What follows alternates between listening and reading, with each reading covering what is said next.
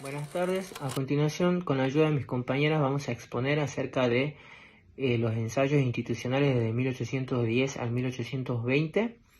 Para ello hay que tener en cuenta que el epicentro de la cuestión revolucionaria se dio en 1808 en Europa, más precisamente en España, a raíz de las invasiones napoleónicas, que tomaron como prisionero al rey Fernando VII, produciendo una situación inédita hasta ese momento como la cefalía de poder, produciendo la creación de gobiernos alternativos, como por ejemplo el Consejo de Regencia, los movimientos juntistas, la aplicación de la teoría de la retroversión de la soberanía, entre otros.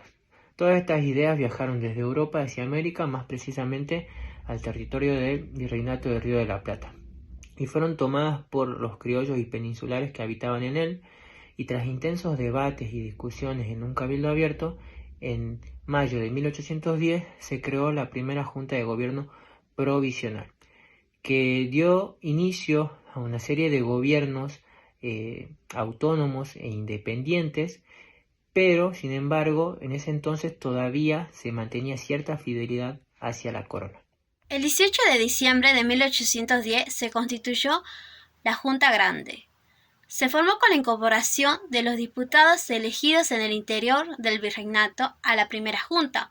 Hubo conflictos políticos y jurídicos. Hubo dos posiciones. Estaban los saavedristas, que esto querían que los diputados integran a la primera junta, y los morenistas querían formar un congreso constituyente, pero triunfó la posición de Cornelio Saavedra. Esta se caracterizaba por ser conservadora, buscaba mantener el orden jurídico hispánico y la autonomía lograda, pero sin someterse a la metrópolis.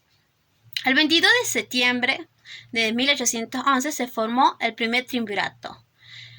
Esta se centraba el poder ejecutivo en tres personas, que eran Feliciano, Chiclana, Juan José Paso y Manuel Zaratea.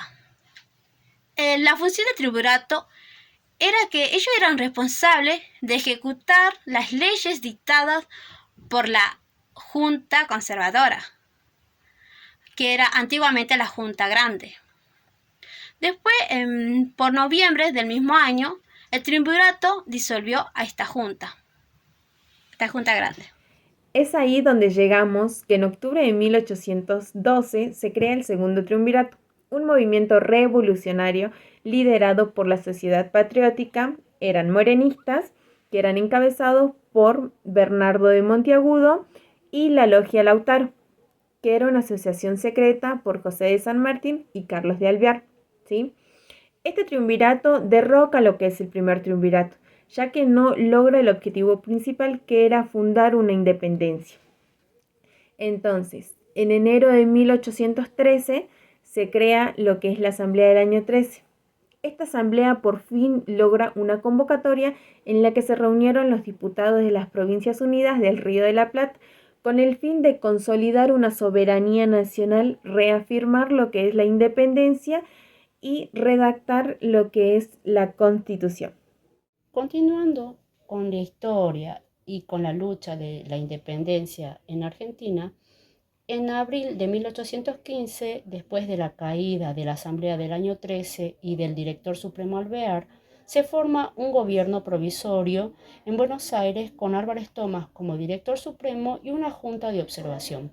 La junta dicta un estatuto provisorio que establece la división de poderes y la elección de autoridades por el pueblo. Sin embargo, este gobierno enfrenta oposición de otras provincias como Cuyo y otras ciudades federales dirigidas por Artigas. En este punto crítico se convoca a un congreso en Tucumán el 9 de julio de 1816, donde se declara la independencia de Argentina, de España y de cualquier otra dominación extranjera. Ahora que hemos llegado a este punto, continuamos con lo sucedido en años venideros. Continuando con las ideas de independencia, en el año 1817 el Congreso se traslada a Buenos Aires con la intención de crear una constitución. Ya en el año 1819 se sanciona la Constitución unitaria, lo cual al aplicarla trajo un fuerte rechazo por el resto de las provincias, ya que decían que esta constitución tenía el poder muy centralizado en la provincia de Buenos Aires y a raíz de esto generó tensiones entre las demás provincias y Buenos Aires.